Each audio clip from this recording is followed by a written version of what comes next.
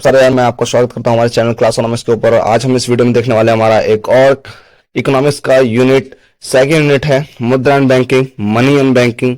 इसके पहले हमने अपनी फर्स्ट यूनिट को पूरा कवर कर लिया है, हमने बहुत से डिटेल में एक्सप्लेन कर लिया। अगर आपने वो वीडियो अब तक नहीं देखी तो आप वीडियो को जाकर देख सकते हैं। लिंक आपको प्लेलिस्ट का डिस्क्रिप्शन में मिल जाएगा। हम बिना देरी के इस यूनिट को शुरू करते हैं। ये हमारी बहुत इजी यूनिट है, इसमें हमारे दो चैप्टर्स हैं, एक का नाम है मुद्रा, एक का नाम है बैंकिंग। आज हम इस वीडियो में हमारा पहला चैप्टर इस यूनिट का मुद्रा को देखने वाले हैं, जो कि बहुत इजी चैप्टर है, बहुत इजीली आपको समझ में आ जाएगा। बस बने रहिए हमारे वीडियो में अंत तक। चलिए स्टार्ट करते हैं। सबसे पहला हमारा टॉपिक है कि मुद्रा का मतलब क्या है ना, अर्थ क्या है मुद्रा का, और साथ ही साथ मुद्रा के मतलब के साथ साथ इसका विकास कैसे हुआ, मतलब हमारी जो सोसाइटी है उसमें मुद्रा आई कहां से आई मुद्रा ये, है ना। क्योंकि स्टार्टिंग समय से मुद्रा तो हमारे पास नहीं हुआ करती थी। तो मुद्रा क्या है? एक वस्तु है जो विनिमय के काम आती है। विनिमय का मतलब क्या होता है? किसी चीज का लेन देन, है ना। अगर मैं गेहूं के बदले चावल ले रहा हूं तो मैं इनका विनिमय कर रहा हूं, ठीक है। तो मुद्रा क्या है? एक वस्तु है, कोई भी चीज है जो हम विनिमय के रूप में इस्तेमाल करते हैं, ठीक है। और ये सामान्य रूप से स्वीकृत हो। ऐसा नहीं कि हम कोई भी चीज अगर दे रहे हैं तो उसे मुद्रा कह देंगे, है ना। उसके बदले में अगर कोई चीज ले रहे हैं, वो सामान्य रूप से सब लोग स्वीकार करते हो, है ना, उसको हम क्या कहते हैं? मुद्रा कहते हैं। तो ये तो हो गया मुद्रा का मतलब। बहुत ईजी है, कोई भी एक वस्तु जो विनिमय के माध्यम के रूप में काम आती है ना, विनिमय का माध्यम हो, ठीक है।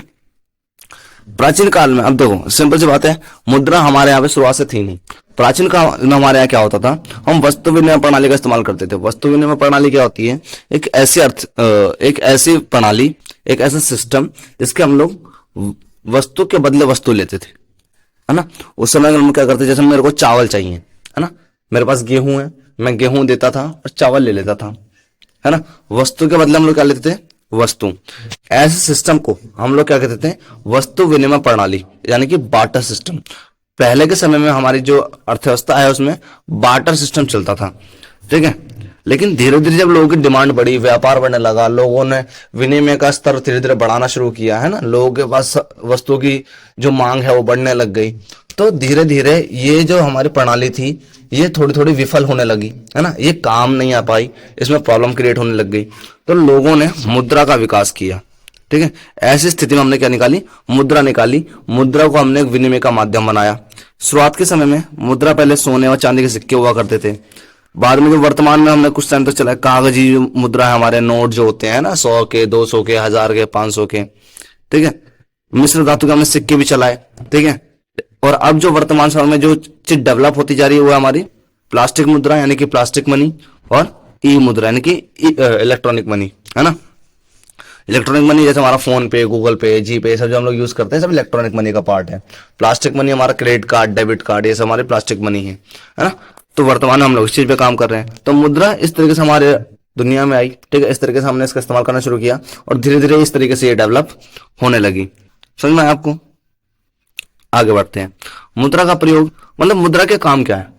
सिंपल चीज है ना। एक तो हमने काम देखा कि मुद्रा क्या है? एक विनिमय का माध्यम है ना। मुद्रा से हम कोई भी वस्तु का विनिमय करते हैं, है ना, आपस में बदलते हैं मुद्रा के बदले।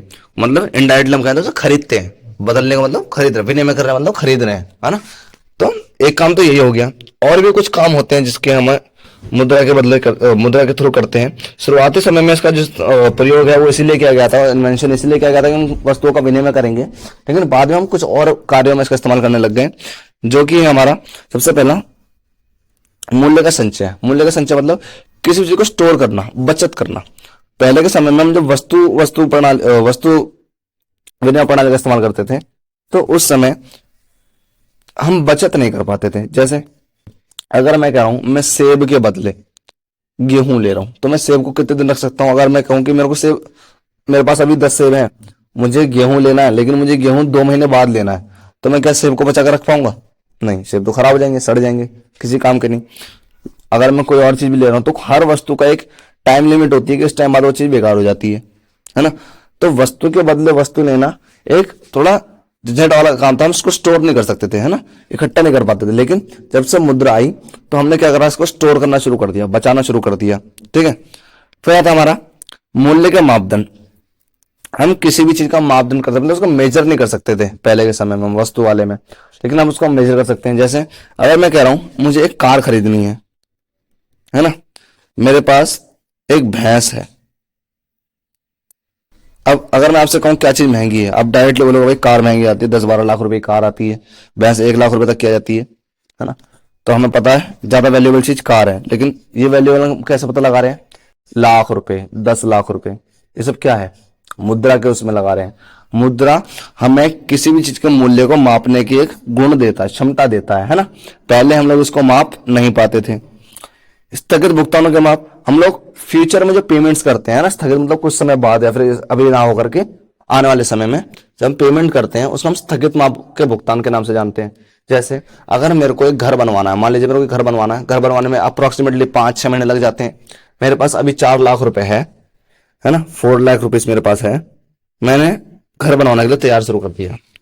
6 महीने बाद, है ना, 6 मंथ्स लेटर, मैंने क्या करा भाई, अपना पेमेंट जो था, जो भी सामान मेरा खर्च हुआ, जो भी मैंने सीमेंट मंगाया, ईंटें मंगाई, मजदूर लगाए, उनको मैंने पैसा दिया, भाई हाँ जी घर बन गया, चले जाओ, ठीक है, मैंने उनको पेमेंट कर दी। लेकिन जब हम वस्तु वस्तु प्रणाली का इस्तेमाल कर देते हैं, क्या हम ये चीज कर सकते थे? क्या हम 6 महीने तक किसी चीज की पेमेंट को रोक सकते थे क्या? नहीं। उस समय क्यों, वही मैंने बात कही, वस्तु का हम इकट्ठा तो कर नहीं सकते ना, संचय करके रख ही नहीं सकते, तो पेमेंट फ्यूचर में करना तो बहुत दूर की बात है। तो मुद्रा की सहायता से हम स्थगित भुगतानों को कर सकते हैं, ठेके के भुगतान जब नॉर्मली कहते हैं उन चीजों को कर सकते हैं, ठीक है।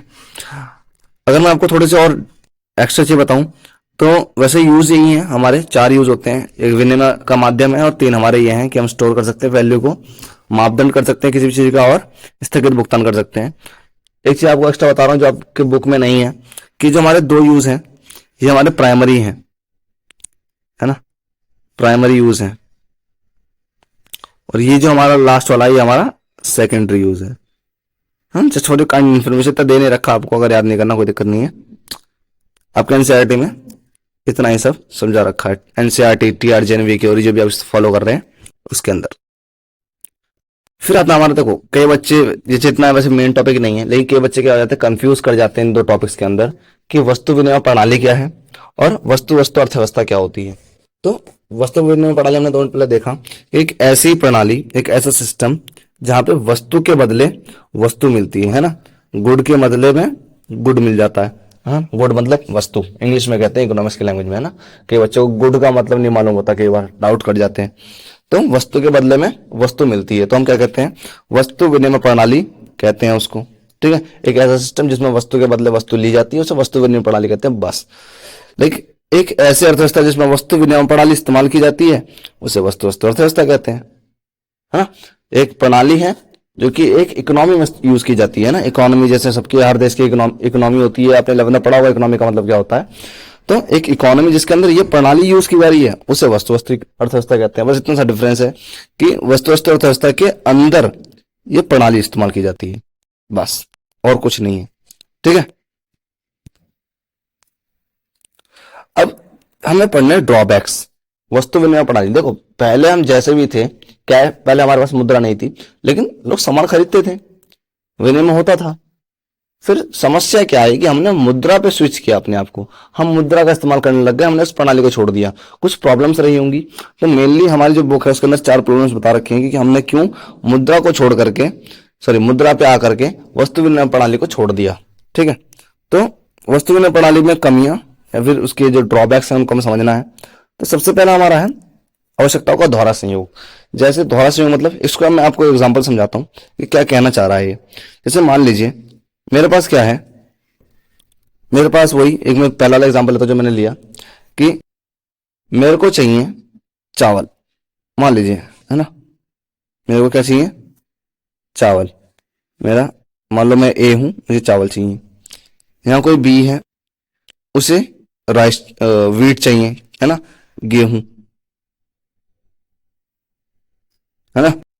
अब इसको गेहूं चाहिए, मेरे को चावल चाहिए, लेकिन मेरे पास गुड़ है, मेरे पास गेहूं है ही नहीं। तो मेरे पास जो चावल चाहिए वो मैं इससे तो ले सकता हूं, लेकिन मेरे पास गेहूं जो देना है वो मेरे पे है नहीं, मैं गुड़ दूंगा ये लेगा नहीं।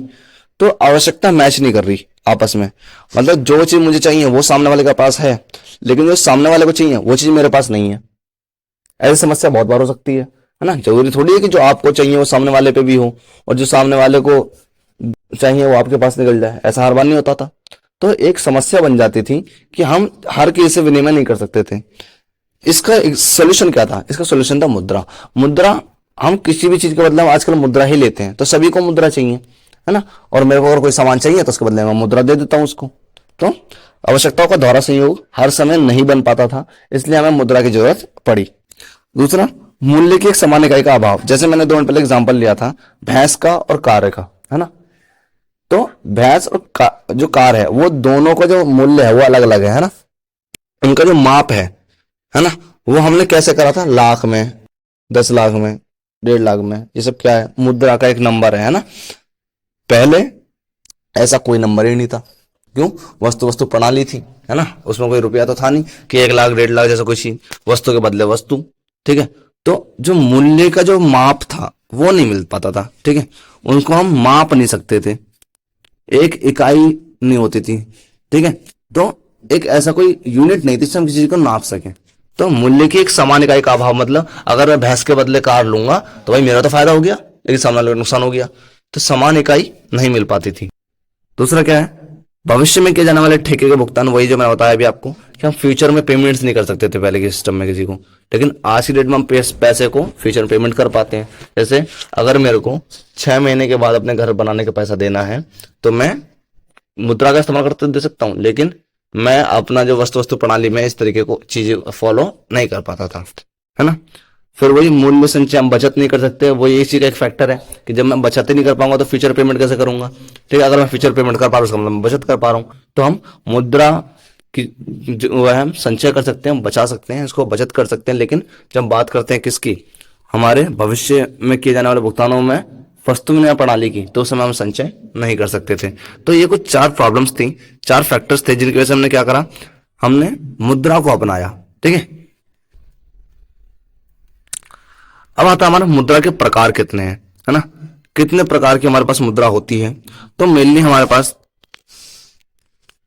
2 प्रकार की ये मुद्रा, आदेश मुद्रा और न्यास मुद्रा, और पूर्णकाय मुद्रा और शाख मुद्रा, ये प्रकार हैं। और बहुत ही इजी है, 2 मिनट में समझ में आ जाएंगे कि क्या है। पहला टाइप समझते हैं आदेश मुद्रा। नाम से क्या समझ में आ रहा है? आदेश, हुक्म दे रखा है किसी ने, है ना। तो वही है, एक ऐसी मुद्रा जो सरकार के आदेश पे चल रही है, उसे हम क्या कहते हैं? आदेश मुद्रा। जो भी हम लोग करंटली सिक्के नोट इस्तेमाल करते हैं, ये हमारी आदेश मुद्रा है, ठीक है। ये आदेश पे चल रही है, किसके? सरकार के। आपने वो टाइम देखा होगा जब मोदी जी ने 500 और 1000 के नोट बंद किए थे, वो भी उस समय आदेश मुद्रा थे। लेकिन जब सरकार ने अपना आदेश खींचा कि भाई हमारे आदेश पे नहीं चलेगी अब ये, तो लोगों ने इस्तेमाल करना बंद कर दिया। वो मुद्रा कागज के टुकड़े बन के रह गई, है ना। तो आदेश मुद्रा वो है जो सरकार के आदेश पे चल रही है, ठीक है। न्यास मुद्रा कौन सी मुद्रा होती है? जो विश्वास पे चलती है। मतलब विश्वास पे कौन सी मुद्रा चलती है? जैसे एक हमारा एग्जांपल ले रखा हमने, चेक, ठीक है। हम क्या करते हैं, मान लो मैं एक कंपनी का मालिक हूं, मैंने अपने कुछ फैक्ट्री के कुछ काम करवाया, उसके बदले मैंने चेक दे दिया, उसने मेरे से चेक लिया, वो मेरे विश्वास पे लिया उन्होंने। क्यों? अगर वो चेक बाउंस होगा तो वो गवर्नमेंट से कुछ नहीं कर सकता, वो मेरे से ही कहेगा। उसे मेरे पे बिलीव है कि मैं उसको पैसा सच में ही दूंगा, तो उसने मेरा चेक लिया, वरना वो मेरे से कैश मांगता, है ना। तो एक चेक ऐसी मुद्रा है जो विश्वास पे चलती है, ठीक है। वह मुद्रा जो विनिमय के माध्यम के रूप में स्वीकृत होती है। हाँ, विनिमय में भाई स्वीकृत है, मैंने सामान वगैरह जो भी लिया उसके बदले मैंने चेक तो लिया, वो मुद्रा तो है, लेकिन बस एक विश्वास पे चल रही है वो, है ना। अगर वो चेक बाउंस कर गया तो मेरे पास आएगा, ना कि सरकार के पास में, ठीक है। पूर्णकाय मुद्रा, ये बहुत, अब देखो ये 2 टाइप समझ आ गए, बहुत ही इजी है। हमारे नीचे वाले भी तो क्या है ये, जैसे समझ लीजिए मेरे पास एक 2 रुपए का सिक्का है ना। और जो 2 रुपए के सिक्के में लोहा लगा है, धातु लगा है जो भी, उसकी कीमत भी 2 रुपए है, तो वो है पूर्णकाय मुद्रा। पूर्ण मतलब पूरा, बराबर बराबर है ना। जो मेरा मौद्रिक मूल्य है, मौद्रिक मूल्य जो मेरा छपा हुआ है उस पर, और जो मेरा वस्तु का मूल्य है, यानी कि जो मैंने उसे बनाने में इस्तेमाल किया है, वो दोनों बराबर है, तो वह है पूर्णकाय मुद्रा। लेकिन मैं वही बात करूं, अगर मेरे पे 20 रुपए का नोट है, 20 रुपए का नोट 2 रुपए का बन रहा है, तो जिसपे जो छपा हुआ मूल्य, मौद्रिक मूल्य तो ज्यादा है, लेकिन वस्तु मूल्य यानी कि जो कागज बना है वो 2 रुपए का बना है, वो मूल्य कम है, वो 2 रुपए की कागज की वैल्यू है, लेकिन उसमें छपा हुआ 20 रुपए है, वो 20 रुपए में इस्तेमाल हो रहा है, तो वो है हमारी शाख मुद्रा, है ना। क्या है? शाख मुद्रा। क्लियर है? मतलब जो हमारा मौद्रिक मूल्य वस्तु मूल्य के बराबर ना हो, ठीक है। ठीक है, फिर आता हमारा मुद्रा की पूर्ति। मुद्रा की पूर्ति मतलब, मुद्रा की पूर्ति कोई ज्यादा समझने वाली चीज नहीं है। वो पैसा जो आपकी जेब में है, वो पैसा जो पूरे देश के लोगों के पास में है, ठीक है, पूरे देश में जितनी भी मुद्रा है उसे मुद्रा की पूर्ति कहते हैं। That's it. कोई समझने वाली चीज नहीं इतनी, बस इसमें तो ध्यान रखना, इसमें वो पैसा नहीं जोड़ा जाएगा जो बैंक छाप रहा है और सरकार के पास में है, फिर है ना, सरकार का पैसा और बैंकों का पैसा इसमें शामिल नहीं होगा। इसमें सिर्फ और सिर्फ पब्लिक का पैसा होगा, ठीक है। तो मुद्रा की पूर्ति का एक स्टॉक अवधारणा। स्टॉक अवधारणा मतलब, अब स्टॉक और फ्लो मैंने आपको पहले के लेक्चर्स में समझा रखा है अच्छे से, अगर आपने पढ़े होंगे तो आपको अच्छे से पता होगा स्टॉक क्या होता है, फ्लो क्या होता है, ठीक है। इससे एक निश्चित समय पर देश में लोगों के पास कुल जमा की हुई मुद्रा से है ना, और इसमें सरकार और बैंक का पैसा शामिल नहीं। क्लियर, मैंने बता दिया है ना। मुद्रा पूर्ति का माप मतलब मुद्रा की पूर्ति का मापते कैसे हैं, है ना, हम इसको मेजर कैसे करते हैं। तो इसके हमारे पास 4 तरीके होते हैं जिनको हम M1, M2, M3, M4 के नाम से जानते हैं। इसमें हमें हमारे करिकुलम के हिसाब से खाली एक पढ़ना है जिसका नाम है हमारा M1, ठीक है। और हमारा जो M1 है वो क्या है, बहुत इजी चीज है, लास्ट टॉपिक एंड हो रहा है, ठीक है। ये इसको M1 कर लेना, सॉरी जरा मैंने ध्यान नहीं दिया। M1 में क्या आता है, जनता के पास करेंसी, यानी कि जनता के पास जो हम लोग हैं, हमारे पास में जो हमारे घरों में जितना भी पैसा रखा है, हमारी जेबों में जितना भी पैसा है कैश, उसको कह रहे हैं, ठीक है, करेंसी इन हैंड, यानी कि हमारी जेब में जितना भी पैसा है उसे हम कहते हैं C, यानी कि जनता के पास में करेंसी। इसी में अगर हम जोड़ दें मांग जमाए, डिमांड डिपॉजिट, मतलब वो पैसा जो हमने अपने सेविंग अकाउंट यानी कि बैंकों में धर रखा है, जो हम अपनी मांग करने पे निकलवा सकते हैं, उन्हें हम मांग जमाए कहते हैं, ठीक है। प्लस कुछ हमारे जो अदर जमा यानी कि अदर डिपॉजिट होती हैं आरबीआई के पास में, वो भी हम नेक्स्ट चैप्टर समझेंगे कि आरबीआई के पास में कौन कौन सी डिपॉजिट होती हैं। उन तीनों को जोड़ने के बाद में हमारा मिलता है, उसे हम M1 के माप उसमें डालते हैं, ये हमारा M1 होता है। बस ये इतना हमें समझना था इसके अंदर कि हमारे जो मुद्रा पूर्ति के माप है 4 प्रकार के होते हैं, जिनमें से M1 है। M1 में क्या क्या आता है, हमारे जनता के पास करेंसी, मांग जमा है यानी कि डिमांड डिपॉजिट जो हमारे बैंकों में जमा है, और अदर जमा है जो कि मैं आपको नेक्स्ट चैप्टर में समझाऊंगा, जो कि है हमारी आरबीआई के पास जमा किए हुए कुछ पैसे जो कि वाणिज्य बैंक द्वारा किए जाते हैं, हमारे बैंक्स द्वारा किए जाते हैं, ठीक है। आज के लिए वीडियो हम इतनी रखते हैं, बाकी इससे रिलेटेड 2-3 छोटे छोटे और टॉपिक रह गए हैं जो कि हम कल कवर कर लेंगे। फिर हमारा जो इसका सेकंड यूनिट का सेकंड चैप्टर होगा बैंकिंग, उसको कवर करेंगे और देन हमारी यूनिट कंप्लीट हो जाएगी। इसी के साथ साथ हमारी जो इस चैप्टर की फर्स्ट यूनिट है, वो इस बुक की जो फर्स्ट यूनिट है इकोनॉमिक्स की, वो हमारी ऑलरेडी अपलोड हो चुकी है। साथ ही हमारे पॉलिटिकल के 2 चैप्टर्स, ज्योग्राफी के चैप्टर्स, इंग्लिश के टॉपिक्स ऑलरेडी अपलोड किए जा चुके हैं। आगे के भी चैप्टर और टॉपिक्स हैं वो अपलोड हो जाएंगे। साथ ही साथ हिस्ट्री, हमारी जो सोशियोलॉजी है, इंग्लिश है, हिंदी है, इसके भी हमारे चैप्टर्स और टॉपिक्स चैनल पे जल्दी आने वाले हैं। तो अगर आप अपनी पढ़ाई को बहुत स्मूथ ले जाना चाहते हैं, बहुत अच्छे अपनी पढ़ाई को कवर करना चाहते हैं, अपने सिलेबस को कवर करना चाहते हैं, और सीयूईटी जैसे एग्जाम्स के अंदर रैंक करना चाहते हैं अच्छे से, और हमारे जो DU BSU जैसे कॉलेजों में एडमिशन लेना चाहते हैं, तो आप हमारे इस चैनल को फॉलो कर सकते हैं, आप इस चैनल से जुड़ सकते हैं। बाकी हम मिलते हैं आपसे अपनी नेक्स्ट वीडियो में, जब तक के लिए जय हिंद।